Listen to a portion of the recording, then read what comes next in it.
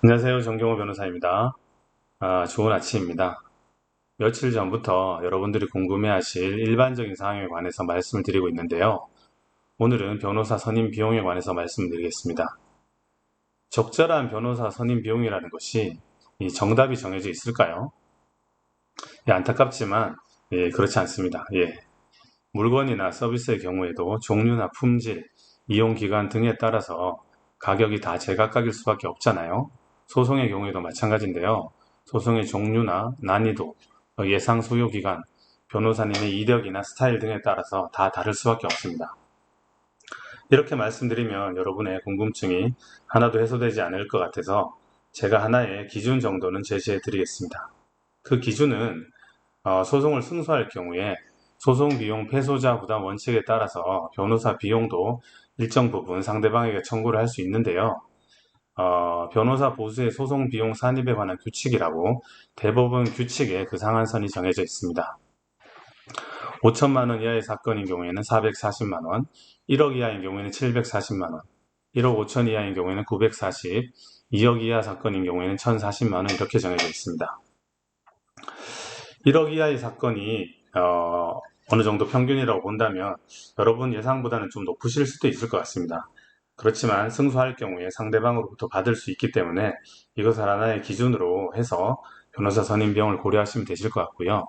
이 기준으로 인해서 일반적인 민사소송의 변호사 선임 비용도 업계 평균이 형성되어 있는 것 같습니다. 업계 평균은 대략 한 500에서 1000 정도 사이라고 보시면 됩니다. 물론 말씀드렸다시피 소송의 종류에 따라서 변호사님에 따라서 다를 수밖에 없습니다. 그렇지만 이 법무법인 입장에서는 20년째 이 비용이 거의 변동이 없는 상태거든요. 그런 점은 참고하시고요. 변호사 선임 비용은 통상 착수금을 의미합니다.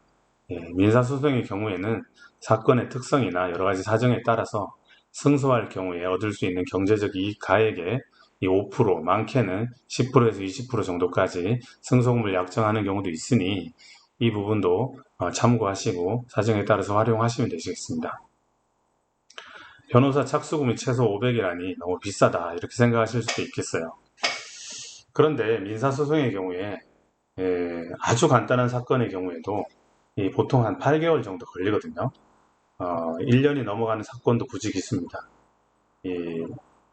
이 기간도 기간이지만 또 변호사들은 여러분이 맡긴 사건을 늘 어깨에 짊어지고 다닌다 이렇게 생각하셔도 돼요.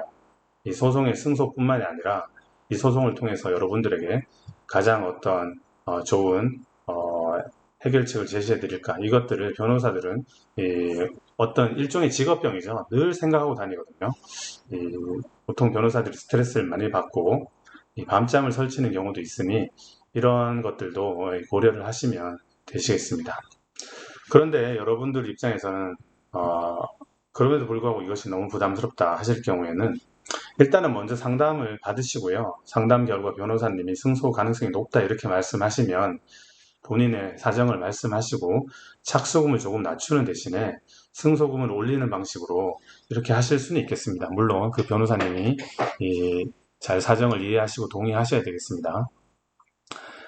최소한의 변호사 선임 비용이 없으실 경우에는 가까운 법률구조공단에 가시면 본인의 경제적 사정에 따라서 어떤 최소한의 비용으로 변호사님의 도움을 받으실 수도 있습니다. 그런데 그 세상에 어떤 물건이나 서비스의 소위 다 값만큼 한다 이런 말이 있잖아요. 그런 것처럼 변호사 선임 비용도 그렇다고 생각하셔도 일부분은 맞는 말씀일 것 같습니다. 이 변호사에 따라서 정관 출신이나 경력 많은 변호사가 두세 배 높은 변호사 비용이 든다 꼭 이런 말씀이 아니라 동일한 이 변호사라고 하더라도 이 변호사들 사건이 한 3, 40건이 있어요. 그러면 그 모든 사건을 동일한 노력으로 대하기는 어렵거든요. 반드시 그 변호사 비용에 따라 비례하는 것은 아니지만 어떤 분이 예컨대 변호사 선임 비용을 아주 저렴하게 깎았다고 치면 그 변호사 당사자가 처음에 신뢰관계 형성이 문제잖아요.